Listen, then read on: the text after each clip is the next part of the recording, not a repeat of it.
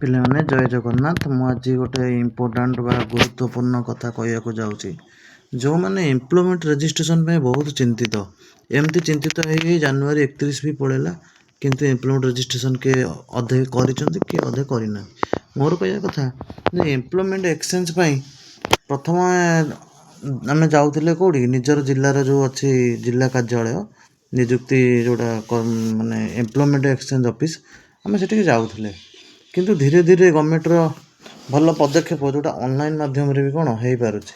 ବାକି ରହିଲା ରେଜିଷ୍ଟ୍ରେସନ୍ ଯେ ନୂଆ କରୁଛନ୍ତି ସେମାନେ କରିଦେଉଛନ୍ତି, କିନ୍ତୁ ଯେଉଁମାନଙ୍କର ରେନୁ ମାନେ 3 ମାସ କ୍ରସ୍ କରିଗଲାଣି କି 2 ମାସ କ୍ରସ୍ କରିଗଲାଣି as per the government rule ହେଇସାରିଲାଣି, ଆମେ ସେଠି ରେନୁ କଲାବେଳକୁ ସେ ଲେଖୁଛି ଯେ ଡାଟା ନଟ୍ ଫାଉଣ୍ଡ, ତା'ମାନେ ଏକ୍ସପାୟରିଟା ବହୁତ ଦିନ ହେଇଗଲାଣି। ତ ଆମେ ଏମ୍ପ୍ଲୟମେଣ୍ଟ ଅଫିସ୍ ଗଲେ ସେମାନେ ବି କରୁନାହାନ୍ତି। କାହିଁ କରୁନାହାନ୍ତି ନା ଫେରେଇ ଦେଉଛନ୍ତି, କହୁଛନ୍ତି ଏଠି କିଛି ହେଉନି, ଯାଅ ସେଠି କରିବ। କେଉଁଠି ଯେଉଁ କମ୍ପ୍ୟୁଟର ବାଲା ଯିଏ ସାଇବର କେଫେରେ ଅଛନ୍ତି ସେମାନଙ୍କ ପାଖରେ କରିବ। ଆଚ୍ଛା ସେମାନଙ୍କ ପାଖରେ କରିବୁ ଯେ, କିନ୍ତୁ କ'ଣ କେମିତି କରିବାକୁ ପଡ଼ିବ ଶୁଣ। କାହା କତିକି ଯିବା ଦରକାର ନାହିଁ ପିଲେ, ତୁମେମାନେ ନିଜେ କ'ଣ କରିବ, ଏମ୍ପ୍ଲୟମେଣ୍ଟ ଏକ୍ସଚେଞ୍ଜ ଓଡ଼ିଶା ଯେଉଁଟା ୱେବସାଇଟ୍ ତା'ର ଅଛି, ତ ଗୁଗୁଲରେ କ୍ଲିକ୍ କରିଦେଲେ। ଗୁଗୁଲରେ କ୍ଲିକ୍ କରିସାରିଲା ପରେ ଦେଖିବେ ସେଇଠି ଡାହାଣ ପଟେ ଗୋଟେ ପେଜ୍ ଲେଖିଥିବ ଇ ନିଯୁକ୍ତି। ସେଇ ଏମ୍ପ୍ଲୟମେଣ୍ଟ ଏକ୍ସଚେଞ୍ଜର ଇ ନିଯୁକ୍ତି ବି ଗୋଟେ ସାଇଟ୍। ତେଣୁ ପୁରା ଲାଷ୍ଟ କର୍ଣ୍ଣରକୁ ଯିବେ, ଖୋଲିସାରିଲା ପରେ ସେଠି ଦେଖିବେ ଜେଏସ୍ ଡିଲେଟ୍। ଏଟା ଟିକେ ମନେ ରଖନ୍ତୁ, ଗୁରୁତ୍ୱପୂର୍ଣ୍ଣ ଜିନିଷ। ଜେଏସ୍ ଡିଲେଟ୍ କ'ଣ ନା ଜବ୍ ସିକର୍ ଡିଲେଟ୍। ତାମାନେ ଆଗରୁ ଯେଉଁଟା ଆମକୁ ରେଜିଷ୍ଟ୍ରେସନ୍ ନମ୍ବର ମିଳିଥିଲା, ଦେଖିବେ OD 12 କି OD 17 ଯେଉଁ ନମ୍ବରଟା ମିଳିଥିଲା, ସେଇଟା ଆପଣମାନେ କ'ଣ କରିବେ ନା ସେ ଯେଉଁଠି ଆପଣ ମାଇଲେ ଯେଉଁ ଜବ୍ ସିକର୍ ମାଇଲେ ଜେଏସ୍ ଡିଲେଟ୍, ସେଠି ମାଗିବ ରେଜିଷ୍ଟ୍ରେସନ୍ ନମ୍ବର ଆଉ ଆପଣମାନଙ୍କର date of birth. Registration number ମାଇଲେ OD, ତାପରେ ଯାହା ବି ସିରିଏଲ୍ ନମ୍ବର ଥିବ ମାଇଲେ, ତଳେ ଜନ୍ମ ତାରିଖଟା ଲେଖିବେ। ଶୁଣନ୍ତୁ, ଜନ୍ମ ତାରିଖଟା ଦୁଇ ପ୍ରକାରିଆ, ଗୋଟେ ଦିନ ମାସ ବର୍ଷ, ନହେଲେ ବର୍ଷ ମାସ ଦିନ। ତ ଦେଖିବେ ସେଠି କ'ଣ ମାଗୁଛି, ଡେଟ୍ ଆଗେ ମନ୍ଥ ଆଗେ ଇୟର୍ ଆଗେ, ନା ଇୟର୍ ଆଗେ ମନ୍ଥ ଆଗେ ଡେଟ୍ ଆଗେ, ଯାହା ବି ମାଗିବ ତାକୁ ଆପଣ କ'ଣ କରିବେ ନା ସେଠି ପୁଟ୍ କରିବେ। କଲା ପରେ ତଳେ ଦେଖିବେ ଲେଖା ହେଇଥିବ ଡିଲେଟ୍। ତେଣୁ ଡିଲେଟ୍କୁ କ୍ଲିକ୍ କଲେ, ଡିଲେଟ୍କୁ କ୍ଲିକ୍ କରିସାରିଲା ପରେ ସେ କ'ଣ ଲେଖିବ ନା ଡିଲେଟ୍ ସକ୍ସେସଫୁଲ୍। ଆଚ୍ଛା ଡିଲେଟ୍ ସକ୍ସେସଫୁଲ୍ ହେଲା ମାନେ ଆପଣଙ୍କର ଆଉ ପୂର୍ବ ରେଜିଷ୍ଟ୍ରେସନ୍ ନମ୍ବରରେ କିଛି ଦେଣ ନେଣ ନାହିଁ। ଡାଇରେକ୍ଟ କ'ଣ କରିବେ ନା ଅନଲାଇନ୍ ରେଜିଷ୍ଟ୍ରେସନ୍ ସେଇଠି ଅଛି, ସେଇ ସାଇଟ୍ରେ ଲେଖା ହେଇଛି, ଆପଣ ଅନଲାଇନ୍ ରେଜିଷ୍ଟ୍ରେସନ୍ କରିବେ।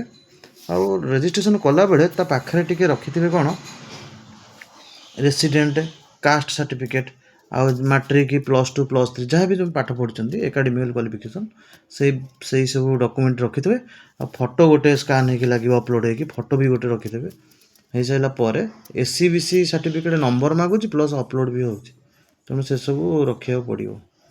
କଲା ପରେ ନ୍ୟୁ ରେଜିଷ୍ଟ୍ରେସନ୍ ହୋଇଗଲା। ସେ ତଳେ ଲେଖା ହେଇଥିବ ଡୋଣ୍ଟ ସିଗ୍ନେଚର ରିକ୍ୱାର୍ଡ଼ ନାହିଁ, କାହିଁକିନା ଏଇଟା ଅନଲାଇନ୍ ପ୍ରିଣ୍ଟେଡ଼ ହେଇଛି, କିଛି ସିଗ୍ନେଚର ଦରକାର ନାହିଁ। ତଳେ କେବଳ ଥିବ ସିଗ୍ନେଚର ଅଫ୍ ଦ ଆପ୍ଲିକାଣ୍ଟସ୍ ମାନେ ଆପଣମାନେ ସେଇଟା ପ୍ରିଣ୍ଟ କଲା ପରେ ନିଜ ସାଇନ୍ଟା ଖାଲି ବାମ ପଟେ ଦେଖିବେ ସିଗ୍ନେଚର ଲେଖା ହେଇଥିବ, କରିଦେବେ, ହେଇଯିବ।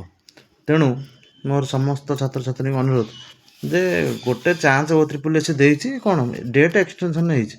ଡେଟ୍ ଏକ୍ସଟେନସନ୍ ହେବାରେ ଏମ୍ପ୍ଲୟମେଣ୍ଟ ଏକ୍ସଚେଞ୍ଜର କିଛି କାରଣ ନାହିଁ।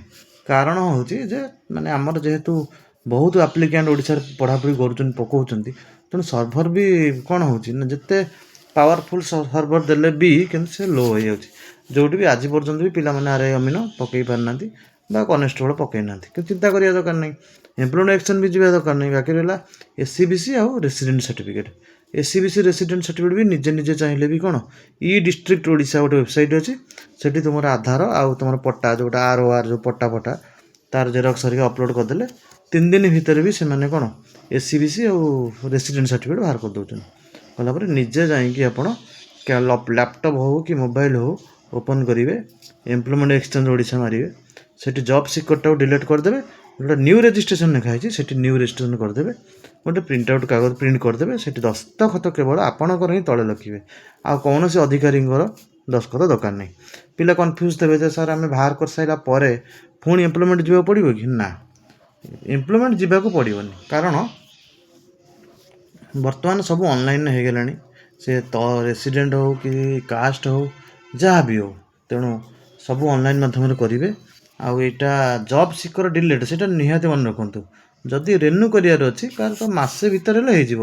ବାକି ମାସେ 2 ମାସରୁ ଅଧିକା ହେଇଗଲାଣି, ଆମେ ସବୁ ଭୁଲିଗଲେଣି, କାହିଁକିନା ମଝିରେ କିଛି ପୋଷ୍ଟ ବାହାରି ନଥିଲା, ସବୁ ଆମେ ଶୋଇକି ଥିଲେ।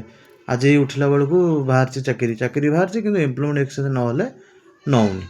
ତେଣୁ ସମସ୍ତେ ଦୟାକରି ସେଇଟା ଆଗେ ଟିକେ କରିଦେବେ, କରିକି ଆପ୍ଲାଏ କରିଦେବେ। ଆଉ ଡେଟ୍ ଘୁଞ୍ଚିଛି ମାନେ ନୁହଁ ଯେ ଆମେ ଟିକେ ଶୋଇପଡ଼ିବା, ଆମେ ନିଶ୍ଚିନ୍ତ ସେ କାମକୁ ତ୍ୱରାନ୍ୱିତ କଲେ ତାପରେ ପୁଣି ପଢ଼ାପଢ଼ି କରିବା। ଆଉ ଅଧେ ପିଲା ଅଛନ୍ତି ସାର୍ ଆଡ଼ମିଟ୍ କାର୍ଡ଼ ବାହାରିଲେ ପଢ଼ିବୁ। ଆରେ ଭାଇ ଆଡ଼ମିଟ୍ କାର୍ଡ଼ ବାହାରିଲେ ପଢ଼ିଲେ କିଛି ହେବନି, ଫର୍ମ ପକେଇ ଚାଲ ପଢ଼ି ଚାଲ, ନିଶ୍ଚିନ୍ତ ସକ୍ସେସ୍ ହେବ।